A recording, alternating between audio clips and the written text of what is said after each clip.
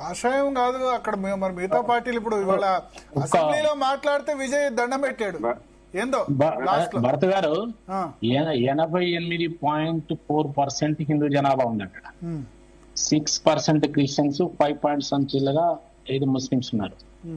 కానీ 6% Christians official గా లెక్కలేవో, unofficial converted Christians ఎంతమంది ఉంటారో తెలియదు కదా. అఫ్ కోర్స్ నేను అఫీషియల్ గా నాకు తెలిసి చెప్తున్నాను, ఉంటే ఇంకొద్దిగా ఎక్కువ ఉండవచ్చు. సరే 88 కాకుండా 80% హిందువులు అయితే ఉన్నారు కదా, ఉన్నారు. దేవాలయాలు నిత్యం పూజలు నడుస్తుంటాయి, అన్ని నడుస్తుంటాయి. అయితే ఈ ఇంత నడుస్తున్న క్రమంలో కూడా వీళ్ళు ఇంత ధైర్యంగా ఇవి మాట్లాడుతున్నారంటే హిందువులలో ఉన్న నిర్మాణం కాకపోవడమే ప్రధానమైన కారణం. ఎందుకంటే వాళ్ళకి అక్కడ సరే మెజారిటీ ఉన్నారు కాబట్టి కొంత నిరాపేక్ష భావన ఏమైతుంది అన్నట్టు ఉన్నదేమో కానీ ఎన్నడో ఒకనాడు వీళ్ళకి అక్కడ కూడా గుణపాఠం చెప్పడం జరుగుతుంది. ఎందుకంటే బౌద్ధం యొక్క మనకు నిరాపేక్ష భావం, హిందుత్వం యొక్క ఏకాత్మ భావం ఎప్పటికీ ప్రపంచాన్ని, ఈ దేశాన్ని వెళ్తున్నది, ప్రపంచాన్ని వెళ్తున్నది. ఇవాళ యోగా ప్రపంచం స్వీకరించింది. 170 దేశాలలో యోగాను ఆవిష్కరించడం జరిగింది. నిన్ననే రవిశంకర్ గురుజీ చెప్పారు, ఇది మోదీజీ అక్కడికి ఆర్ట్ ఆఫ్ లివింగ్ పోతే చెప్పారు ఏం జరుగుతున్నది అని చెప్పారు.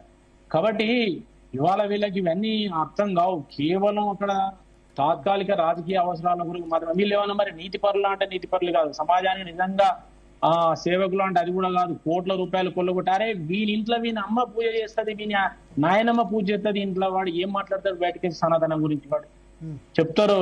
ఇప్పుడు వీళ్ళ తాత వీళ్ళ నాయనమ్మ పూజ చేస్తుంది ఇంట్లో, వీళ్ళందరూ మళ్ళీ గుళ్ళలో పోతారు, వీళ్ళ ఆడవాళ్ళు ఇళ్ళలో పూజ చేస్తారు, మళ్ళీ తిరుమల తిరుపతి దేవస్థానం అన్ని పోతారు. అంటే వీళ్ళు ఒక ఏంటంటే అవసరం కొరకు మాట్లాడే తప్ప వీనికి దేని మీద విశ్వాసం అనేది ఏది కరెక్ట్ పాటించారు వీళ్ళు. నిజమైన క్రిస్టియన్ అయినా కూడా తప్పు చేయడు.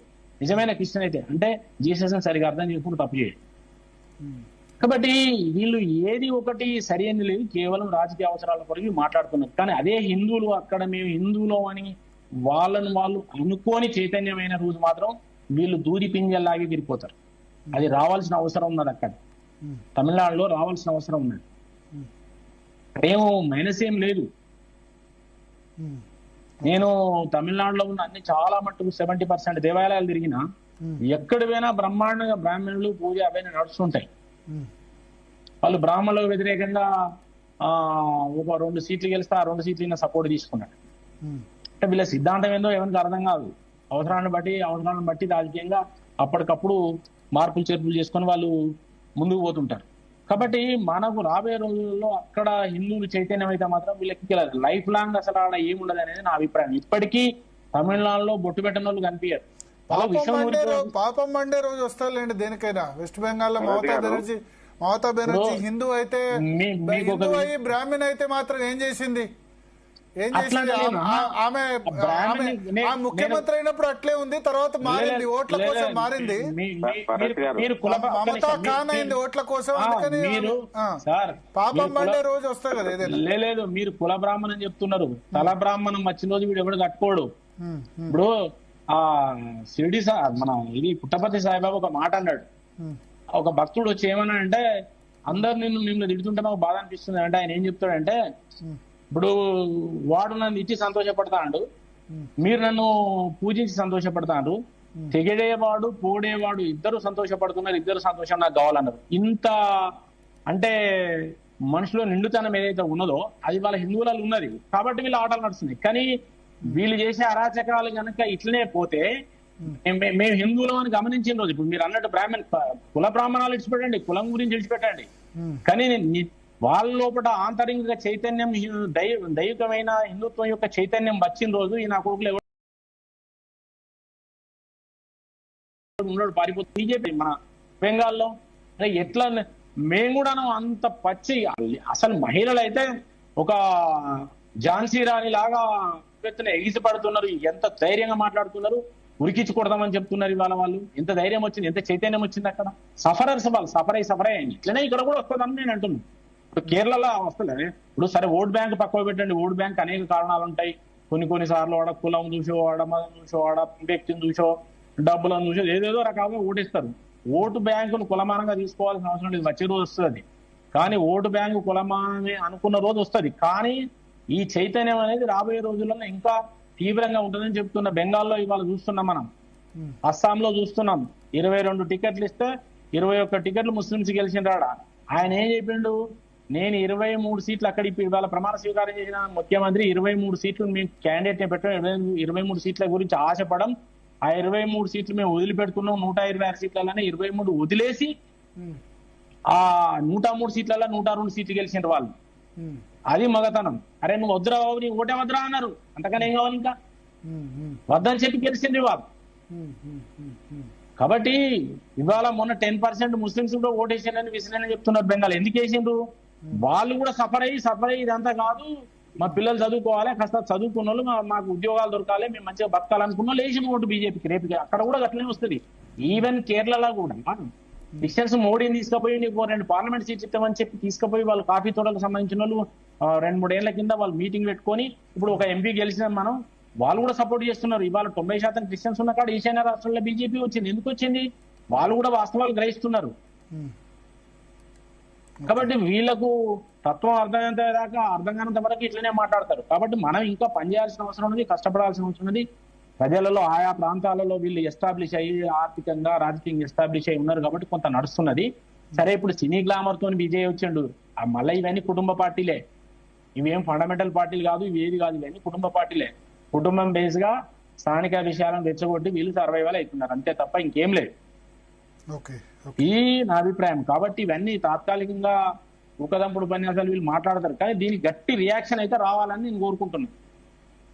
వదిలిపెట్టద్దు వీళ్ళకి, గట్టి రియాక్షన్ రావాల్సిందే. శశిధర్ గారు భరత్ గారు చెప్పండి. శశిధర్ గారు, ఈ దేశం లోపల హిందుత్వాన్ని, సనాతన ధర్మాన్ని వ్యతిరేకించేటువంటి పార్టీల ఎజెండా చాలా స్పష్టంగా వాళ్ళు చెప్తా ఉన్నారు. పార్లమెంటు లోపల సింగోల్ ధర్మదండాన్ని ప్రతిష్టాపన చేస్తే వీళ్ళందరూ కూడా బైకాట్ చేసిండ్రు.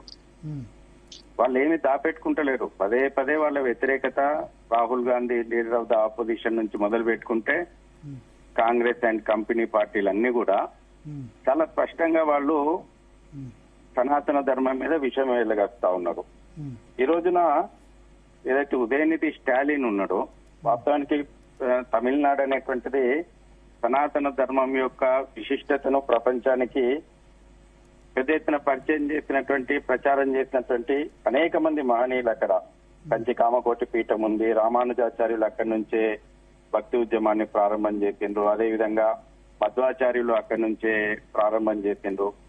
అసలు ఉదయనిధి స్టాలిన్ ను నేను వాళ్ళ మీ చర్చ ద్వారా వాళ్ళని ఒకటి అడగాలనుకుంటున్నాను. నేను ఏంటంటే సనాతన ధర్మం అంటే వాళ్ళ కనీసం అవగాహన లేకుండా దాన్ని నిర్మూలిస్తా అని అంటున్నారు. పంచభూతాలను సనాతన ధర్మం ఆరాధిస్తుంది, పూజిస్తుంది. ప్రకృతి ఆరాధన కూడా సనాతన ధర్మంలో ఉంటది.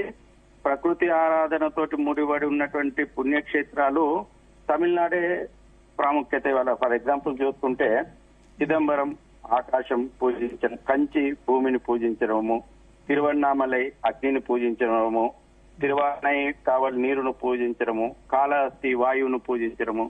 మరి ఉదయనిధి స్టాలిన్ మేము వాయువు, సనాతన ధర్మం వాయువును పూజిస్తుంది కాబట్టి శ్వాస తీసుకోకుండా ఆగాలి, వాయువుని నిర్మూలించుకొని బతకాలా, అగ్నిని నిర్మూలించుకొని బతకాలా, లేకపోతే భూమి మీద తిరగకుండా బతకాలా, నీళ్లు తాగకుండా బతకాలి. పిచ్చోడు కాకపోతే సనాతన ధర్మం అనేటువంటి ధర్మం గురించి కనీస అవగాహన లేకుండా మాట్లాడేటువంటి వ్యక్తులు. అయితే వాళ్ళు హిందుత్వం మీద ఎరాడికేట్ చేయాలనేటువంటిది దేశం మీద, ధర్మం మీద యుద్ధం ప్రకటించారు. కాబట్టి రాక్షసులు ఉంటేనే భగవంతుని గొప్పతనం కూడా తెలుస్తుంటది ఒకసారి.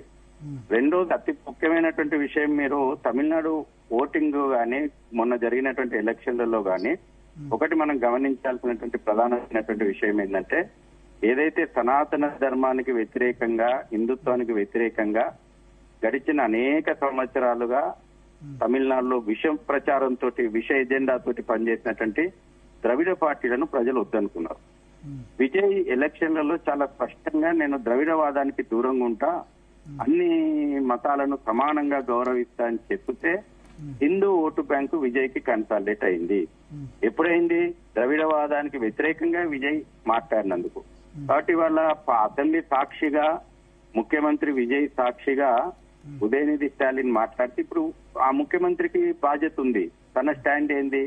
తను గతంలో లాగా మిషనరీ ఎజెండా తన స్టాండా, లేదంటే ఎన్నికల ముందు ప్రకటించినటువంటి తన స్టాండా?